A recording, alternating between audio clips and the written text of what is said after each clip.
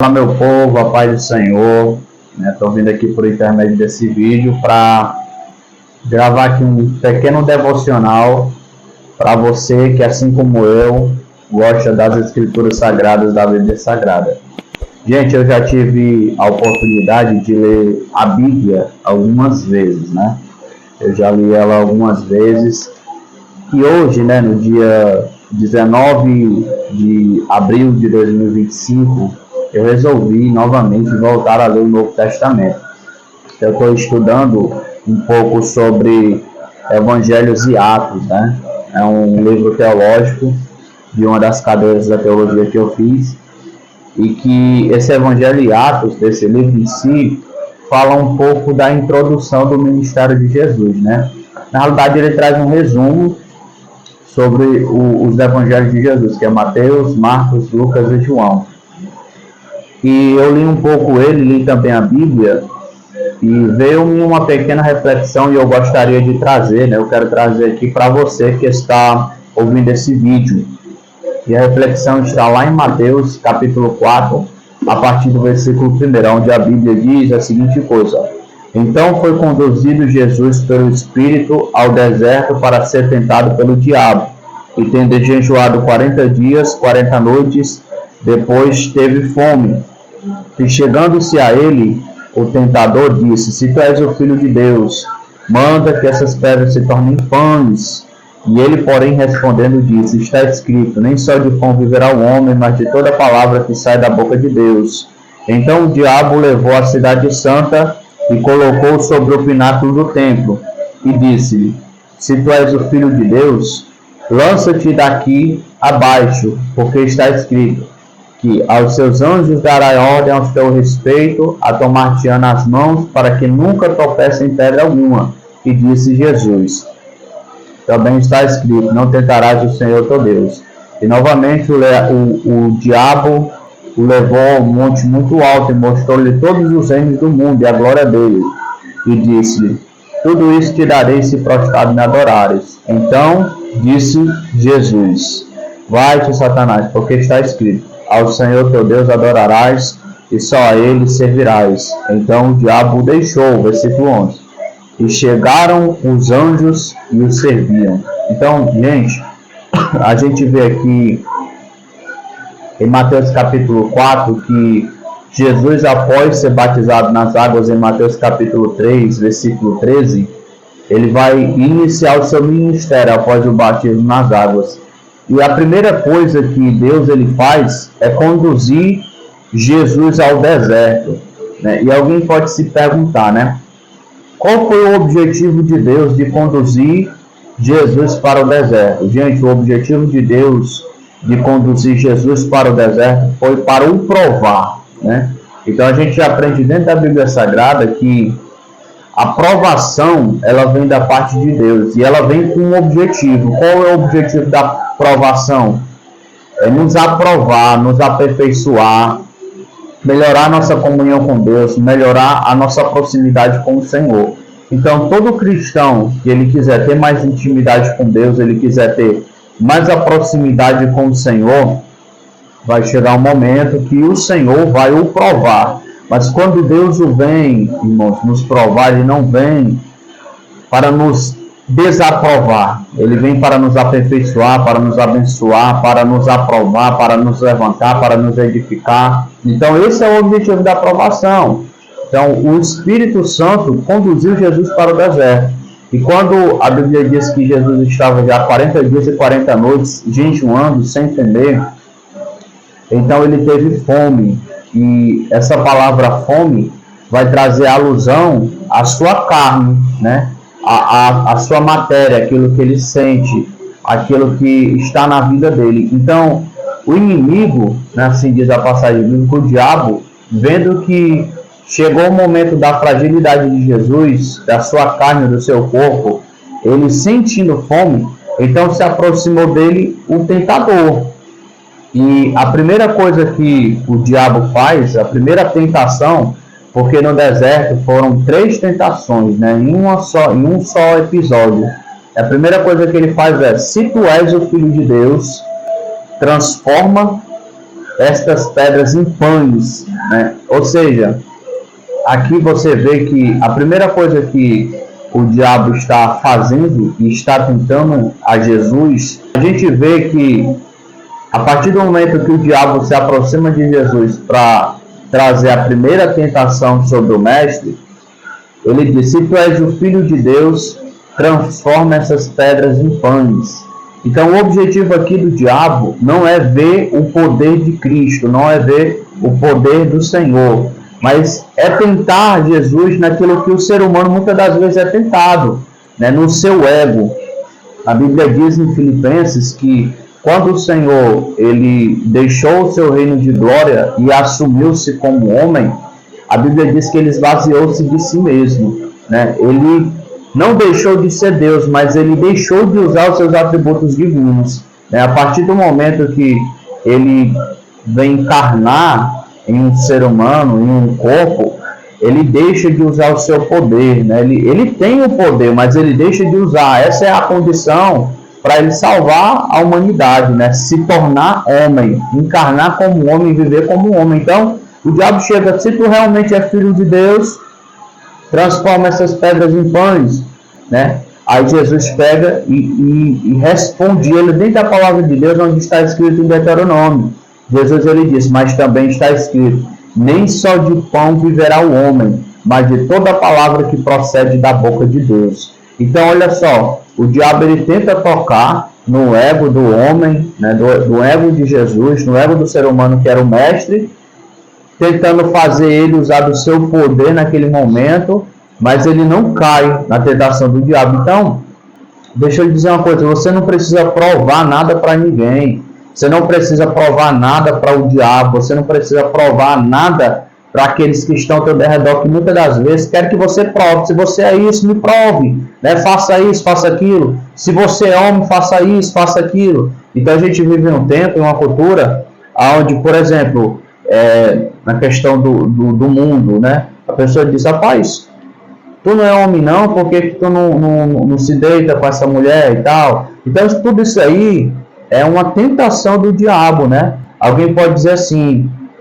rapaz, tu é crente, mas tu é muito besta, tu tem que ser mais descolado, tu tem que ser mais aberto. Aí você pega e diz: não, eu não sou religioso, eu sou uma pessoa de Deus, sou uma pessoa aberta, eu não julgo nem critico ninguém. A pessoa diz: pois então pronto, vamos para a festa, né? Então isso aí é uma pequena forma, uma pequena maneira do diabo lhe tentar, né? Ele vai te conduzir ao erro. Mas aí Jesus ele dá a resposta dentro da palavra, ele diz: mas nem só de pão viverá o homem.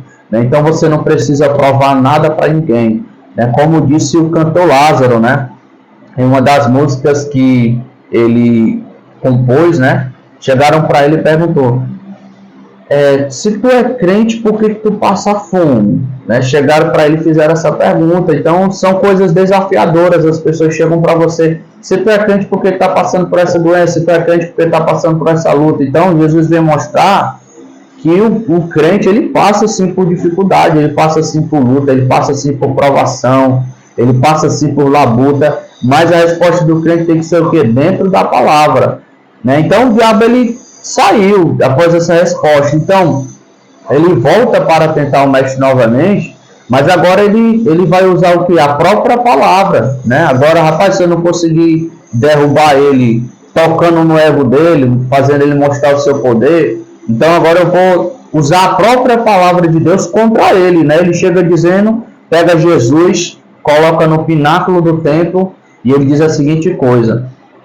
joga-te daqui lá para baixo, porque está escrito, né? Está escrito lá no Salmo 91, que ele dará ordem aos seus anjos ao teu respeito para que te guardem e não tropeces em pedra alguma. Então olha só, a gente vive um tempo onde as pessoas têm tentado deturpar a palavra de Deus. A resposta de Jesus foi dentro da palavra, né? Em Deuteronômio ainda, no livro da lei, mas também está escrito: não tentarás ao Senhor teu Deus. Então a resposta de Jesus foi um livramento daquela tentação, né? Então a gente vive um tempo onde as pessoas elas distorcem a palavra de Deus, né? Não, isso não é errado, isso não é pecado, eu posso fazer isso, posso fazer aquilo, eu posso viver do jeito que eu quero, entendeu?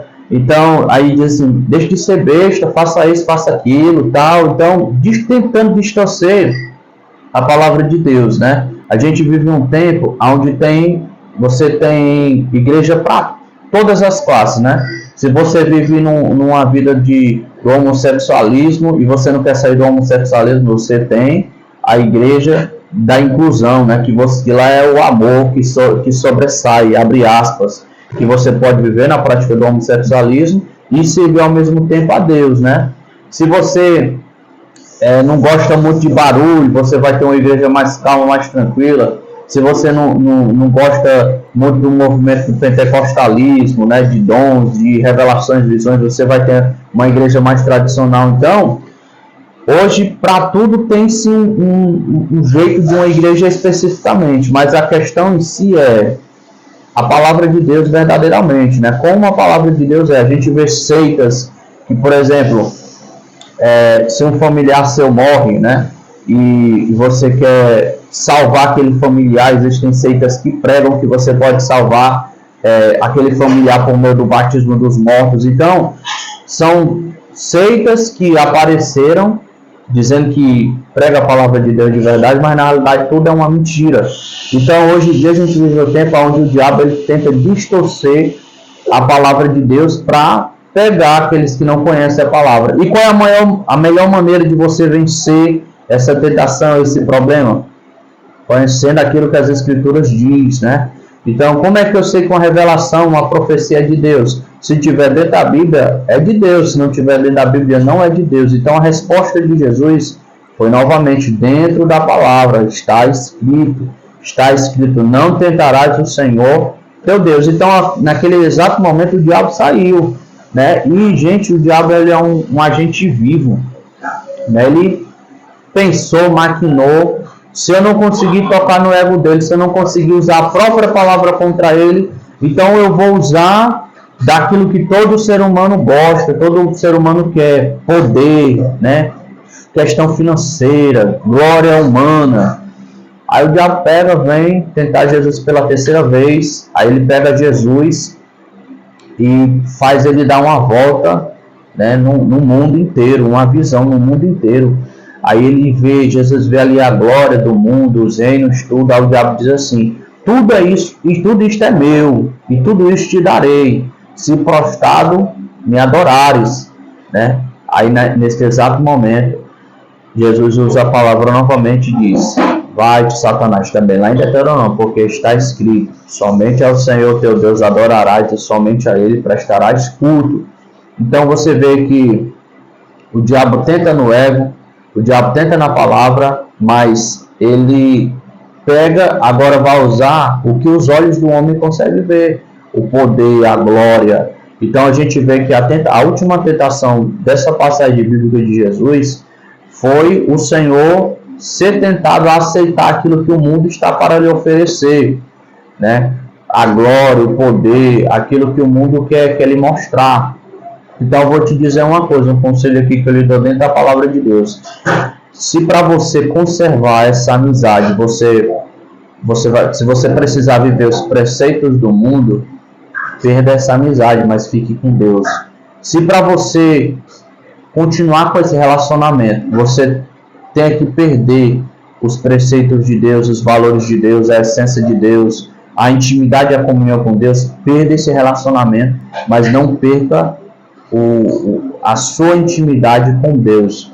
Eu digo relacionamento, gente, namoro, noivado. Se você já está casado, ore para Deus transformar a mente do seu cônjuge. Agora, se você não está casado, não está nessa condição, o que eu posso te dizer é que faça de tudo para tentar, né, melhorar esse teu relacionamento, ficar no centro da vontade de Deus. Mas se não for possível, escolha o Senhor. Essa foi a escolha do Senhor. Ele disse: está escrito, eu só vou adorar o meu Deus. Então a gente vive um tempo que, para as pessoas continuarem no emprego, muitas das vezes elas perdem os seus valores, os seus princípios, elas desobedecem a palavra de Deus. Mas a questão específica aqui é: quem é o Senhor que tu tem adorado? Jesus disse para o diabo: eu vou adorar somente o Senhor, meu Deus. Então, se para você permanecer nesse trabalho, você tenha que mentir, você tenha que enganar, você tenha que roubar, você tenha que fazer algo que desagrada a palavra de Deus, eu só te digo uma coisa: escolha a palavra de Deus. Então, a partir do momento que Jesus disse isso, vai de Satanás, porque está escrito: somente ao Senhor teu Deus adorarás. Naquele exato momento, no versículo 11 do capítulo 4, a Bíblia diz: então o diabo o deixou e chegaram os anjos e o serviam. Então, olha só, o que é que a gente vê aqui no final dessa passagem? Que após passar a tentação do diabo, vieram os anjos de Deus e serviram a Jesus. Serviram onde? Em casa? Não, no deserto. Então, da parte de Deus, para aqueles que recusam-se as oferendas do diabo, os pratos do diabo, existe a mesa de Deus, a providência de Deus, a bênção de Deus, a mão de Deus estendida para a vida dele, para abençoar, para levantar, para redarguir, para tudo. Então, espere no Senhor, espere no Senhor. A gente sabe muito bem que o diabo é um agente vivo, ele vive, né? Segundo a Bíblia, ele brama como um leão ao nosso derredor, buscando quem possa tragar. Segundo a Bíblia, ele é o Deus deste século, né, que cegou o entendimento de muitos para que não venham crer e sejam salvos. Mas o que é que eu aprendi da Bíblia? Se eu vencer, se eu esperar em Deus, se eu me recusar nas astutas ciladas do maligno, o Senhor, ele vai me abençoar e enviar os seus anjos para me servir. Então, guarda esta palavra dentro do teu coração. Eu não sei o que você está dizendo, eu não sei o que você está passando, eu não sei se essa palavra falou com você, mas se tiver falado, curte aí, compartilha essa mensagem, se inscreve no canal, certo? E se você tem alguma dúvida sobre alguma passagem bíblica, sobre alguma coisa que você leu na Bíblia e não entendeu, deixa aqui nos comentários para que você possa me ajudar a criar conteúdos para trazer para cada um de vocês. Amém? Que o Senhor Jesus te abençoe e até a próxima no nome de Jesus.